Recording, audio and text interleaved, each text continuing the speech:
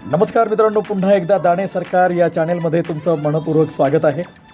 आम्हा सर्व भारतीयांचा आदर्श लोकनेत्या अहिल्यादेवी होळकरांच्या जीवन प्रवासाचा आज आपण या ठिकाणी अभ्यास करत आहोत. त्याचाच एक भाग म्हणून आज आम्ही आहोत छत्रपती संभाजीनगर अर्थात ऐतिहासिक नगरी औरंगाबाद जिल्ह्यातील वेरूळ या ठिकाणी. मित्रांनो, वेरूळ हे महाराष्ट्रातील औरंगाबाद जिल्ह्यातील एक जगप्रसिद्ध ऐतिहासिक स्थळ आहे. वेरूळची लेणी ही जागतिक वारसा स्थळ म्हणून ओळखली जातात. या लेण्यांमध्ये बौद्ध लेण्या, हिंदू आणि जैन शिल्पकला तसेच वास्तुकलेची अप्रतिम उदाहरणे पाहायला मिळतात. अहिल्यादेवी होळकर यांनी त्यांच्या शासनकाळात भारतातील अनेक ऐतिहासिक आणि धार्मिक स्थळांचे जतन व देखभाल केलेली आहे. त्यांनी वेरूळच्या लेण्यांमध्येही अनेक दुरुस्ती व पुनरुज्जीवनाची कामं केली, ज्यामुळे आजही वेरूळची लेणी आणि कैलास मंदिरासारखी महत्त्वाची वास्तू सुरक्षित आहे. मित्रांनो, तुम्हाला सांगायला मला आनंद होतो की येथेच घृष्णेश्वर महादेव मंदिर आहे, जे एक प्राचीन आणि महत्त्वाचे धार्मिक स्थळ आहे. घृष्णेश्वर महादेव म्हणजे 12 ज्योतिर्लिंगांपैकी एक असून याचे बांधकाम राणी गौतमीबाई यांनी 17व्या शतकामध्ये केले होते.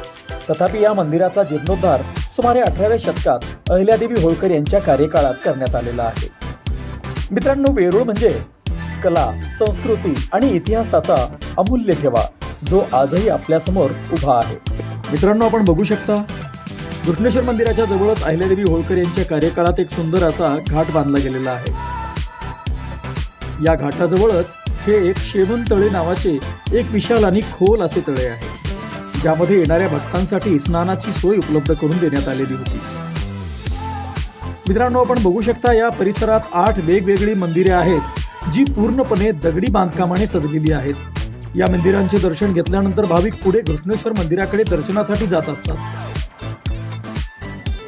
या ठिकाणी असलेल्या पायऱ्याही दगडी आहेत, ज्या इतक्या वर्षानंतरही नवीन बांधकामासारख्या दिसतात. मित्रहो, आपण बघू शकता घाटातील दगडावर कोरलेली ही माहिती आजही इतिहास संशोधक आणि अध्ययन करणाऱ्या विद्यार्थ्यांना आकर्षित करते. विशेषतः महाशिवरात्रीच्या दिवशी येथे भव्य अशी यात्रा भरत असते, ज्यात लाखो भक्त पवित्र स्थळाच्या दर्शनासाठी उपस्थित राहतात. शेवणतळे आणि घृष्णेश्वर घाट या ऐतिहासिक आणि धार्मिक स्थळांचा वारसा अहिल्यादेवींच्या कार्यकाळात अप्रतिम स्थापत्याचा हा ठेवा आज आपण अनुभवला आहे. मित्रांनो, घाटाजवळच तुम्हाला दिसणारा हा वाडा बघितला का? छत्रपती शिवाजी महाराजांच्या पूर्वजांचा हा वाडा आहे. या वाड्याला इतिहासात अनन्यसाधारण महत्त्व आहे. या वाड्याचे आता पुनर्निर्माण करण्यात आले असून प्रवेशद्वारावरच सौंदर्य आणि आकर्षक शिल्पकाम तुम्ही पाहू शकता.